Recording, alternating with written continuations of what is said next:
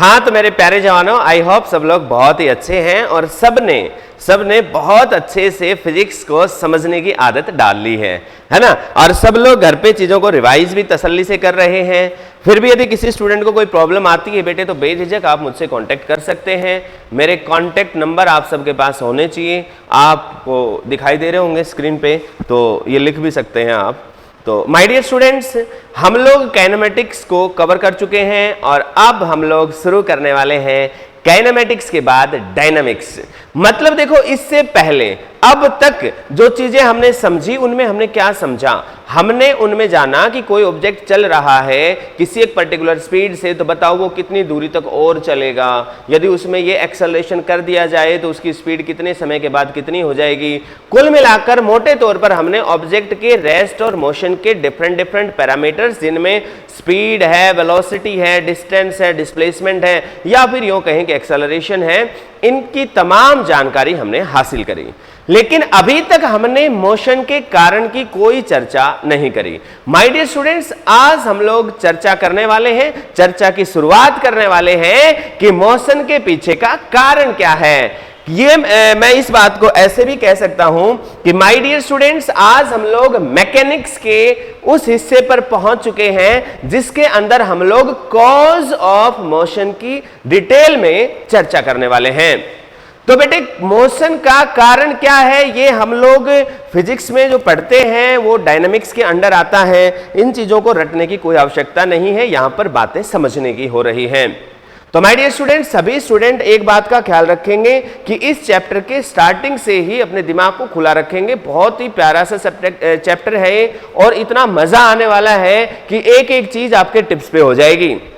देखो, इस चैप्टर में हम न्यूटन भाई साहब से डायरेक्ट जुड़ने वाले हैं और न्यूटन भाई साहब ने जो हमें नियम दिए उनको सीखने वाले हैं। और न्यूटन भाई साहब की एक खास बात मैं बताऊं कि उन्होंने जितने भी नियम दिए, उनकी खास बात ये थी कि उनकी जो एक्सप्लेनेशन होती थी वो बड़ी लाजवाब होती थी, बड़ी ही शानदार होती थी और वो इतनी आसान होती थी कि किसी भी एक नॉर्मल इंसान को, इवन जो जिसका फिजिक्स का कोई बैकग्राउंड नहीं है, उसको भी अच्छे से भली बात समझ में आती थी। कहने का यह मतलब है कि जो चीज हम सीखने वाले हैं इस चैप्टर के अंदर, वो चीजें इतनी आसान हैं कि एक कॉमन मैन, कोई भी एक इंसान जो बस मन है जिसका सीखने का, वो सीख सकता है, चाहे उसको पहले की चीजें आती हैं कि नहीं आती हैं। तो माय डियर स्टूडेंट्स, चलिए शुरुआत करते हैं। और इस चैप्टर की शुरुआत में ही मैं ज्यादा डेफिनेशंस की तरफ ना बढ़ते हुए कि भाई डायनामिक्स क्या है और मैकेनिक्स क्या है और काइनेमेटिक्स क्या है, इनकी सारी तमाम बातें पहले देख चुके हैं हम लोग, इसलिए आज इस पर टाइम वेस्ट नहीं करेंगे। मैं सीधा एक डेफिनेशन पर चलता हूं और जिस डेफिनेशन को हम लोग कहते हैं फोर्स। माय डियर स्टूडेंट्स, सबको मालूम है कि साहब फोर्स होता क्या है। देखिए फॉर एग्जांपल, हमारे पास एक डब्बा इस जगह रखा हुआ है। एक इंसान आया, उसने इस डब्बे को पुश किया। जैसे उसने इस डब्बे को पुश किया तो ये जो ऑब्जेक्ट यहां पर इस जगह पे रखा हुआ था, ये ऐसा संभव है कि वो यहां से चल के थोड़ा सा आगे जाने लग गया। मतलब जो फोर्स है वो क्या हुआ, वो एक पुश हुआ, या फिर ऐसा भी हो सकता था कि वो इंसान इसको पकड़ के खींचता, इसको पुल करता। लेकिन पुश या पुल करने से क्या ऑब्जेक्ट में हमेशा ही क्या उसकी जो स्टेट ऑफ रेस्ट या स्टेट ऑफ मोशन जो है, क्या उसमें बदलाव आना जरूरी है। तो आपकी जानकारी के लिए मैं बता दूं बेटे, मान लीजिए आपके सामने एक बहुत बड़ा ऑब्जेक्ट रखा है, आप पूरा जोर लगाते हैं। Let us suppose there is a dumper. You know dumper, I think आप सब डंपर को भली भांति जानते होंगे, और जो लोग नहीं जानते हैं वो जान लें। रोड पे जो सबसे खतरनाक चीज दिखाई देती है, बेकाबू होते हुए दौड़ते हुए नजर आती है, दैट इज डंपर, है ना। देखी होगी आपने, जिसमें पत्थर, रोड़ी, इस तरह का सामान नॉर्मली ट्रांसपोर्ट किया जाता है। तो प्यारे जवानों, लेट अस सपोज ये डंपर है, ओवरलोडेड डंपर है, पूरा सामान से भरा हुआ है, लेवल रोड पे खड़ा हुआ है। अब आप आए और आपने पूरा हंगा लगाया, पूरा जोर लगाया, और आपने सोचा कि मैं इस डंपर को यहां से दूर धकेल ही देता हूं। लेकिन आप पूरा जोर लगा रहे हो, आपने जोर लगा रखा है, आपने अपने भाई को भी बोला तू भी लग जा, लेकिन भाई डंपर टच से मस नहीं हो रहा है ना, टच से मस नहीं हुआ। इसका मतलब वो पहले भी रेस्ट पे था, अब भी रेस्ट पे है। आपके हिसाब से यदि हम उसकी डिस्टेंस को देखें तो भाई पहले जितनी दूरी थी अब भी उतनी दूरी पर है। या आपने कोई रेफरेंस ले लिया, मान लो यहां पर कोई पेड़ था, बरगद का पेड़ था, उस बरगद के पेड़ से आपने रेफरेंस ले रखा था कि यार पहले 1 मीटर की दूरी पे था, अब भी 1 मीटर की दूरी पे ही है। इसका मतलब भाई इस डंपर की पोजीशन में कोई समय के साथ बदलाव आया ही नहीं है, इसका मतलब इसकी स्टेट तो बदली ही नहीं है। तो क्या जो हमने फोर्स लगाया है वो लगाया नहीं है क्या हमने, या फिर जो लगाया है फिर उसने क्या किया होगा? तो माय डियर स्टूडेंट्स एक बात आपको अच्छे से समझ लेनी है कि जो एक्सटर्नल एजेंट जो हम यहां पे बोल रहे हैं कि फोर्स एक एजेंट है जो पुश या पुल की फॉर्म में होता है, तो ये क्या क्या कर सकता है? हमेशा ये किसी की स्टेट बदले ऐसा जरूरी नहीं है, बल्कि क्या जरूरी है बेटे? इट चेंजेज और ट्राइज टू चेंज। या तो ये वाकई में बदलता है या ये बदलने की कोशिश करता है। ये वाकई में बदलता है या बदलने की कोशिश करता है। किसको? स्टेट ऑफ ऑब्जेक्ट को। स्टेट ऑफ ऑब्जेक्ट को बदला इसने या बदलने की कोशिश करी। भाई आपने पूरी कोशिश करी कि आप मोशन में लेकर आओ, वो बात अलग है कि हम सफल नहीं हो पाए, लेकिन कोशिश तो करी। अब जरूरी नहीं है कि आप हमेशा ही स्टेट को बदले। ऐसा हो सकता है आप किसी की शेप को ही बदल दे। जैसे रबड़ लिया आपने, बेटे रबड़ के ऊपर आपने दोनों किनारों से उसको पकड़ा और पकड़ के खींचना शुरू कर दिया, तो भाई रबड़ की जो शकल थी वो पहले मान लो उसकी लेंथ इतनी थी, अब जैसे पकड़ के खींचा उसकी लंबाई बढ़ गई है। इसका मतलब आपने उसके साइज को, इवन आपने उसकी शेप को डिस्टॉर्ट कर दिया है, चेंज कर दिया है, बदल दिया है। तो माय डियर स्टूडेंट्स, आप सब लोग अपने माइंड में एक चीज अच्छे से बैठा लें कि जो फोर्स है, फोर्स वो एक ऐसा एजेंट है, force is an agent in form of push और पुल दैट चेंजेस और ट्राइज टू चेंज। वो या तो बदलेगा या बदलने की कोशिश करेगा। किसको? आइदर द स्टेट और द शेप और the size of the object.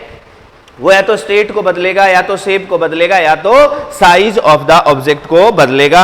I hope my dear students ये बात जो मैंने आपको बताई है ये तसल्ली से सबको समझ में आई है। फिर भी यदि किसी को कोई डाउट है तो आप जरूर पूछ सकते हैं, लेकिन इसमें कोई खास बात नहीं है। मैं आपके डाउट्स के लिए थोड़ी देर बाद आपसे पूछूंगा। माय डियर स्टूडेंट्स, फोर्स की डेफिनेशन सबको क्लियर हो चुकी है, क्लियर है। अब भाई साहब बड़े गजब की बात आती है। देखिए एक बहुत महान साइंटिस्ट हुए हैं जिनका नाम है एरिस्टोटल। एरिस्टोटल, देखो इतिहास में कुछ ऐसी घटनाएं हुई हैं जिनसे हमें बहुत ज्यादा सीखने की जरूरत है। माय डियर स्टूडेंट्स, एरिस्टोटल एक बहुत ही महान साइंटिस्ट थे, लेकिन देखो जितने महान साइंटिस्ट हैं ऐसा नहीं है कि उन्होंने एक दिन में या उन्होंने जब भी कोई स्टेटमेंट बोली वो बिल्कुल सही बोली, ऐसा कुछ नहीं है बेटे। ऐसा हुआ है, ऐसा बहुत बार हुआ है कि जितने महान साइंटिस्ट हैं वो कुछ स्टेटमेंट्स देते हैं फिर वो बदल देते हैं उस स्टेटमेंट को। ना भाई ऐसा तो नहीं है। ऐसा ही एरिस्टोटल भाई साहब के साथ हुआ। भाई एरिस्टोटल ने क्या कहा, इसको देखो, जो स्टेटमेंट एरिस्टोटल ने दी थी उसी को एरिस्टोटल फैलेसी के नाम से जानते हैं कि भाई एरिस्टोटल ने जो बात कही थी वो गलत थी। तो क्या गलत बात थी जो एरिस्टोटल ने कही थी? और ये सिर्फ एरिस्टोटल ने नहीं कही थी, उससे पहले बहुत लोग ऐसा ही मानते थे, बल्कि मैं ये कहूं कि ज्यादातर लोग ऐसा ही मानते थे। तो क्या मानते थे जरा देख लेते हैं। स्टेटमेंट बड़ी प्यारी से लिख रखी है कि भाई according to Aristotle's law of motion. देखो एरिस्टोटल फैलेसी को एरिस्टोटल लॉ ऑफ मोशन के नाम से भी जान लेते हैं कि एरिस्टोटल ने जो लॉ ऑफ मोशन दिया था वही उसकी फैलेसी बन गई, जो उसने कहा वही गलत बात हो गई तो उसी को फैलेसी कहने लग गई। ओके, तो क्या कहा? An external force is required to keep a body in motion। मतलब एरिस्टोटल ने एक बड़ी सिंपल बात कही। क्या कहा एरिस्टोटल ने और किस बिहाव पर ऐसा कहा? एरिस्टोटल ने कहा कि भाई मान लो ये रोड है, ये एक ऑब्जेक्ट है, यहाँ पे आप चाहते हो कि ये ऑब्जेक्ट चलने लग जाए, तो भाई कुछ धक्का दो, और जब तक ये ऑब्जेक्ट धक्का देते रहोगे इस ऑब्जेक्ट पर तब तक ये ऑब्जेक्ट चलता रहेगा। यहीं पे एरिस्टोटल ने गलती कर दी, क्योंकि यदि ऑब्जेक्ट के मोशन में शुरुआत करवानी है जब तो धक्का चाहिएगा आपको, लेकिन एक बार धक्का आ गया, यदि एक बार धक्का आ गया मेरे भाई, उसके बाद हमें धक्के की आवश्यकता नहीं पड़ती है यदि हम उसका यूनिफॉर्म मोशन देखना चाहते हैं तो। अब आपके मन में सवाल आएगी जी ये बात कहां से प्रूव हुई या ये बात किसने कही? तो भाई एरिस्टोटल के बाद गैलीलियो भाई साहब ने कई सारे एक्सपेरिमेंट्स करे और उन एक्सपेरिमेंट्स के बिहाफ पर यह बताया कि जो एरिस्टोटल ने बोला है वो गलत है। वो एक्सपेरिमेंट्स क्या थे वो मैं वन बाय वन आपको बताने वाला हूं, लेकिन एरिस्टोटल्स पॉलिसी क्या है ये आप सबको अच्छे से समझ में आनी चाहिए। एरिस्टोटल्स लॉ ऑफ मोशन के अकॉर्डिंग यदि कोई ऑब्जेक्ट को हम मूव करवाना चाहते हैं, हम चाहते हैं कि वो ऑब्जेक्ट मूव करे, तो हमें कंटिन्यूअसली फोर्स की जरूरत पड़ेगी, चाहे हम उसको यूनिफॉर्म मोशन में मूव करवाना चाहें। ये गलत बात थी। मतलब एरिस्टोटल के according if an object is going with uniform motion then there will be requirement of the external force. Clear है कि an external force is required to keep a body in, better है कि इनके बाद आप एक word और लिख लें, दैट इज यूनिफॉर्म मोशन। कैसा मोशन? Uniform motion. कि यूनिफॉर्म मोशन में रखने के लिए हमें एक्सटर्नल फोर्स की जरूरत होगी, यही बात एरिस्टोटल्स फैलेसी है।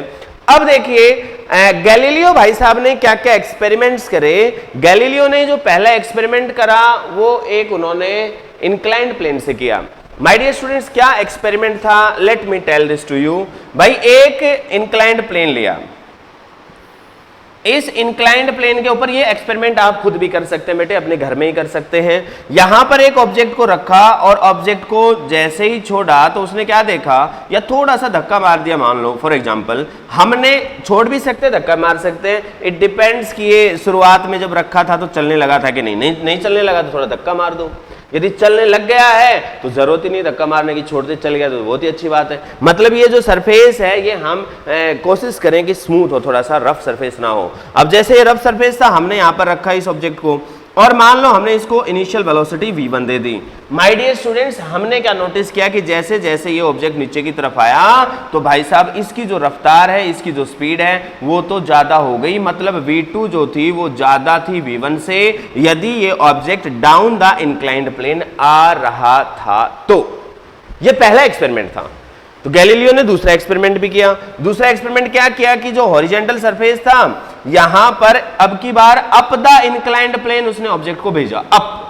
पहले कहां भेज रहा है वो? डाउन। अब कहां भेज रहा है? अप। मान लो उसने v1 स्पीड से ही भेजा, अब वो खाली छोड़ देगा तो ऑब्जेक्ट ऊपर नहीं जाएगा, धक्का मारना ही पड़ेगा भाई। तो उसने मान लो v1 वेलोसिटी इसको दी, उसने क्या पाया कि ऑब्जेक्ट जैसे जैसे जैसे जैसे जैसे जैसे ऊपर जा रहा है उसकी जो स्पीड है उसमें घटोतरी होती जा रही है, या यूं कहें कि उसकी स्पीड घटती जा रही है, डिक्रीज होती जा रही है। मतलब पहले केस में जब ऑब्जेक्ट ए से बी आया बेटे तो जो स्पीड है, स्पीड वो इंक्रीज हो रही है, पहले ऑब्जेक्ट जब इधर से इधर आ रहा है तो, और अब जब ऑब्जेक्ट यहां से यहां जा रहा है तो जो स्पीड है माय डियर स्टूडेंट्स वो स्पीड घटती जा रही है, कम होती जा रही है। तो भाई जब स्पीड के अंदर जो है घटोतरी देखने को मिली यदि वो ऊपर की तरफ गया तो, और बढ़ोतरी देखने को मिली यदि वो नीचे की तरफ गया तो यहां से जो अपने गैलीलियो भाई साहब थे, गैलीलियो भाई साहब ने ये कहा कि भाई साहब यदि हमारे पास एक ऐसा प्लेन है जो हॉरिजॉन्टल है, जो ना तो इंक्लाइंड अप है ना इंक्लाइंड डाउन है, मतलब ना तो ऊपर की तरफ जा रहा है ना तो नीचे की तरफ झुक रहा है, यदि वो बिल्कुल सीधा सीधा है, तो यदि ऑब्जेक्ट हॉरिजॉन्टल की बजाय एक इंक्लाइंड डाउन वाले प्लेन पे जा रहा था तो स्पीड गेन कर रहा था, अप वाले पे जा रहा था तो स्पीड को लूज कर रहा था, लॉस कर रहा था। तो यदि वो सीधे सीधे पे जाएगा तो ना वो गेन करेगा और ना ही वो लॉस करेगा। यहां से गैलीलियो भाई साहब के दिमाग में क्लू आया कि भाई यदि हमारे पास एक हॉरिजॉन्टल सरफेस है और हम इसको v1 स्पीड से भेज रहे हैं तो ये बाद में भी इसकी जो स्पीड है वो v1 ही रहनी है। ध्यान रहे हम लोग यहां पर जो कंसिडरेशन कर रहे हैं वो ये कर रहे हैं कि किसी तरह का कोई एनर्जी का लॉस यहां पर नहीं है, कोई फ्रिक्शन यहां पर नहीं है। तो भाई यहां पर हम लोग के मान रहे हैं, हम ये मान रहे हैं बेटे कि हमारी जो स्पीड है माय डियर स्टूडेंट्स वो कैसी है, यहां पर कांस्टेंट है।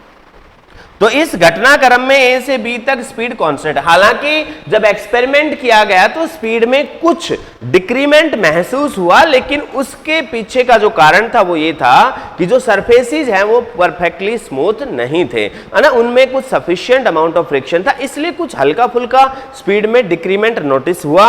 लेकिन यदि हम मान लें कि भाई स्मूथ है सरफेस, फ्रिक्शन के कारण कोई लॉस नहीं हो रहा है, तो हम ये कह पाएंगे कि देखिए भाई यहां पर जो स्पीड है वो डिक्रीज नहीं होगी। अब सोचो कितने महान साइंटिस्ट एरिस्टोटल, उनसे वो गलती हुई, गैलीलियो ने उनको करेक्ट कर दिया। तो माय डियर स्टूडेंट्स आप हमेशा ट्राई करें, आपसे कुछ गलती हो जाएगी कोई बात नहीं है, हम धीरे धीरे उनको करेक्ट करते चलेंगे, आगे हम बढ़ते चलेंगे। तो अच्छी बात ये होती है कि हम ट्राई करें। तो ये पहला एक्सपेरिमेंट जो उन्होंने किया वो किया सिंगल इंक्लाइंड प्लेन की हेल्प से। फिर उन्होंने एक एक्सपेरिमेंट का सेट और लगाया जिसके अंदर डबल इंक्लाइंड प्लेन थे, या मैं यूं कहूं कि दो इंक्लाइंड प्लेन थे। तो जब दो इंक्लाइंड प्लेन थे तो उन्होंने क्या क्या ऑब्जर्वेशंस नोटिस करे। उन्होंने कहा उन्होंने देखा, कहा नहीं, उन्होंने देखा। मान लो ये इंक्लाइंड प्लेन है, दूसरा ये इंक्लाइंड प्लेन है, और जैसा ये इंक्लाइंड है वैसा ही एग्जैक्टली ये इंक्लाइंड है, इधर भी थीटा है, इधर भी थीटा है। तो यदि हम यहां से किसी ऑब्जेक्ट को छोड़ देते हैं तो ऑब्जेक्ट नीचे आएगा, फिर हॉरिजॉन्टल से चलते हुए नियरली उसी हाइट तक वापस जाएगा जहां पर वो पहले था। यदि पहले वो h हाइट पर था तो माय डियर स्टूडेंट्स अब भी वो h हाइट तक ही जा रहा है। अब क्योंकि वो h हाइट तक ही जा रहा है, अब इसके बाद यदि हम देखें, अब इसके बाद हम देखें तो देखो जब वो h हाइट तक गया है तो हमने क्या कहा कि भाई साहब यदि ऐसा करो, इसको इंक्लाइंड प्लेन को थोड़ा सा अब की बार कम इंक्लाइंड कर दो। तो हमने क्या पाया कि जब हमने उसको h हाइट से ड्रॉ किया तो वो आया दौड़ा दौड़ा दौड़ा दौड़ा, लेकिन अब की बार वो इस पे ज्यादा डिस्टेंस ट्रेवल करेगा ताकि वो h हाइट तक पहुंच जाए, तो लॉन्गर डिस्टेंस ट्रेवल करेगा।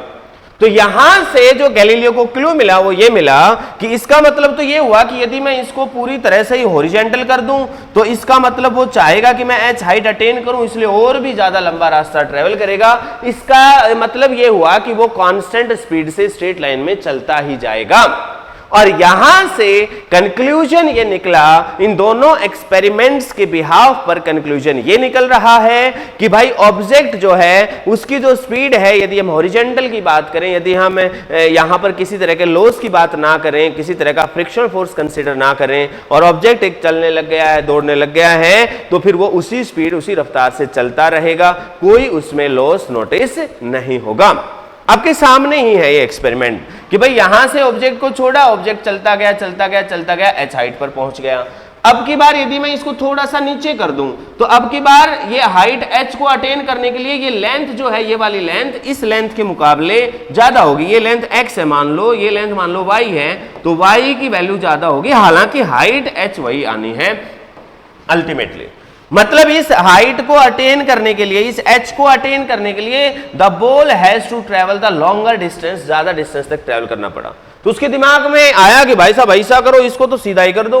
जब सीधा ही करोगे तो ये ऑब्जेक्ट तो चले सालों साल चलता रहेगा चलता रहेगा चलता रहेगा, इन्फिनिटी तक चलता ही रहेगा h हाइट को अटेन करने के लिए। इसका मतलब क्या हो रहा है, ऐसा तो तभी संभव है जब चलता ही रहे, जब तो सभी संभव है जब उसकी वेलोसिटी कांस्टेंट है, मतलब वो यूनिफॉर्म मोशन से मूव करता रहे।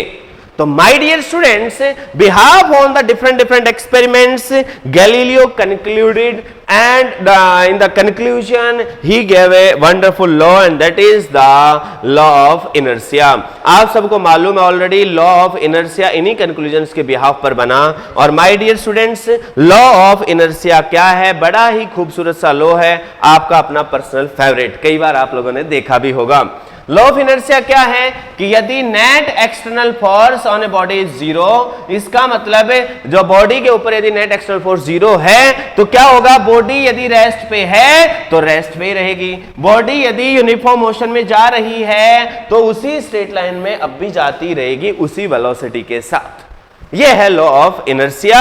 और इसके लिए दूसरी स्टेटमेंट आप क्या वर्ड यूज कर सकते हो, a body does not change its state of rest और ऑफ यूनिफॉर्म मोशन और state of uniform motion unless an external force compels it to change that state. मतलब कोई बॉडी अपनी यूनिफॉर्म स्टेट जो भी उसकी स्टेट ऑफ रेस्ट या state of motion है उसको तब तक नहीं बदल सकती जब तक कि उसके साथ जोर जबरदस्ती ना करी जाए कि भाई अपनी स्टेट बदल। और ये जोर जबरदस्ती कौन करेगा, एक्सटर्नल फोर्स। तो जब तक कोई एक्सटर्नल फोर्स ही नहीं होगा तो कोई भी ऑब्जेक्ट है वो अपनी स्टेट ऑफ रेस्ट या state of motion, uniform motion, इन दोनों को ही नहीं बदलेगा।